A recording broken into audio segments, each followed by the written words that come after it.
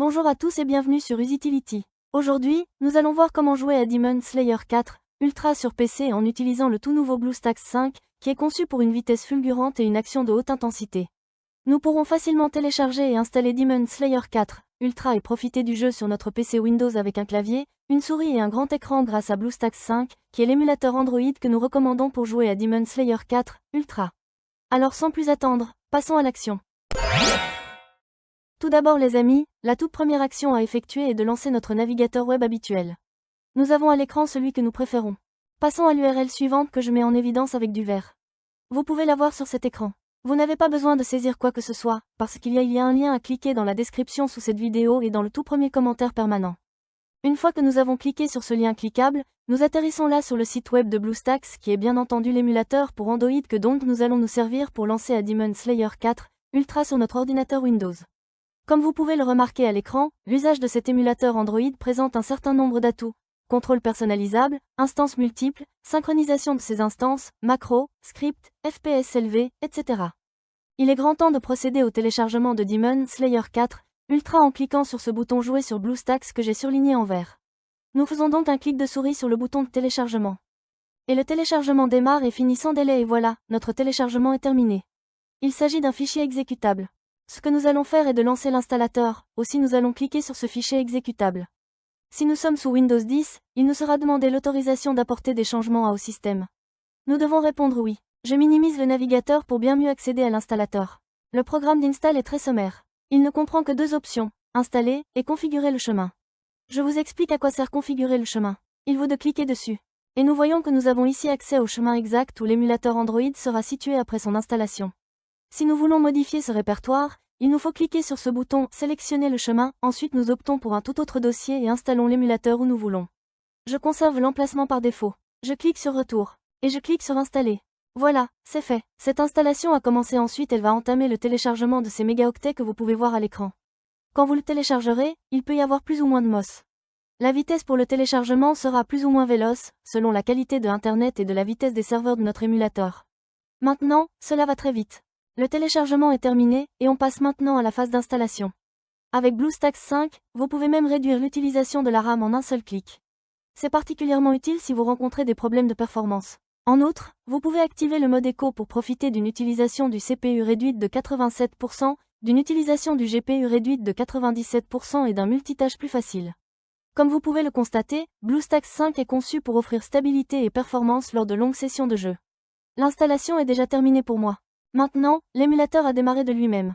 Comme vous pouvez le voir, dans le bas de cet écran, on peut voir la barre de progression qui va se comporter comme une jauge qui se remplit et quand elle sera arrivée à la fin, notre émulateur démarrera pour la toute première fois. En fait, l'émulateur s'est déjà lancé, le voilà pour la toute première fois. Avant d'aller plus loin, comme vous le voyez, il a généré deux icônes à cet endroit sur le bureau de ma machine de test. Le BlueStacks est là le BlueStacks multi-instance. Notez que l'icône BlueStacks est la seule qui nous sera utile. À chaque fois que nous voudrons lancer Demon Slayer 4 Ultra sur notre PC de bureau ou PC portable, nous ferons un double clic sur cette icône et cela déclenchera cet émulateur pour Android. L'icône BlueStacks multi-instance vous permet de lancer plusieurs instances d'émulateur. Et avec le nouveau gestionnaire multi-instance amélioré de BlueStacks 5 en mode écho, les joueurs peuvent exécuter plus d'instances de jeu plus rapidement et avec moins de lag. Passons à l'étape suivante, qui se trouve être obligatoire, je vais parler de l'accès au Google Play Store anciennement Android Market. Pour ce faire, nous allons aller ici, System App, après nous cliquons une ou deux fois.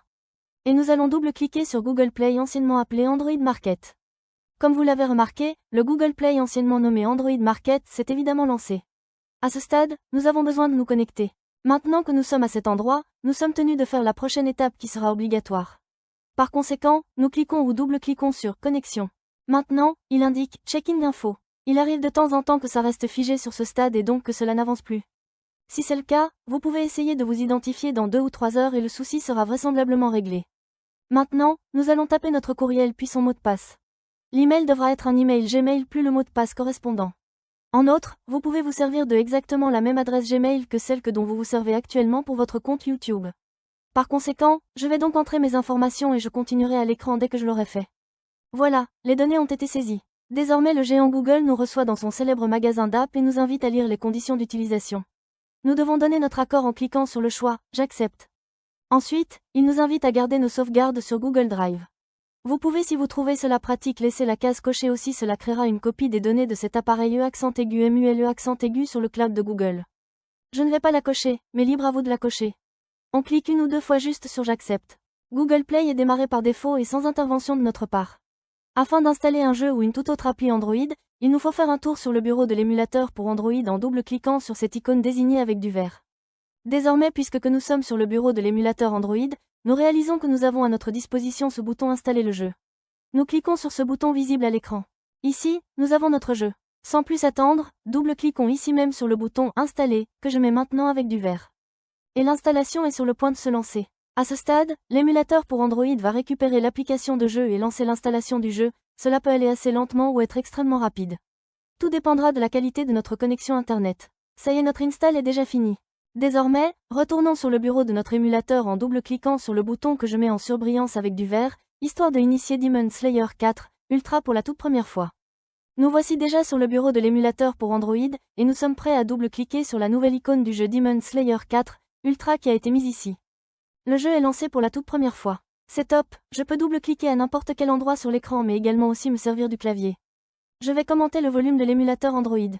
C'est juste ici. Nous voyons l'icône d'amplification du volume et l'icône de diminution du volume. De cette manière, nous ne dépendons pas du volume de notre ordinateur sous Windows pour augmenter ou baisser le son de cet émulateur pour Android. Et pour profiter au maximum de l'expérience de jeu, nous avons la possibilité de basculer le jeu sur ce grand écran. Pour y arriver, nous avons deux options.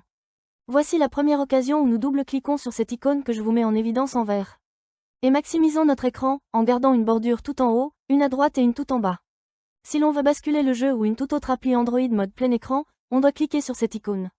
Et nous serions déjà en train de lancer ce jeu en plein écran. Afin de revenir en écran normal, pressez simplement sur la touche F11. Et nous serions revenus en mode écran habituel. Maintenant je vais vous montrer le mapping du clavier qui se trouve être très captivant. De la sorte, nous saurons comment nous lancer ce jeu plus commodément.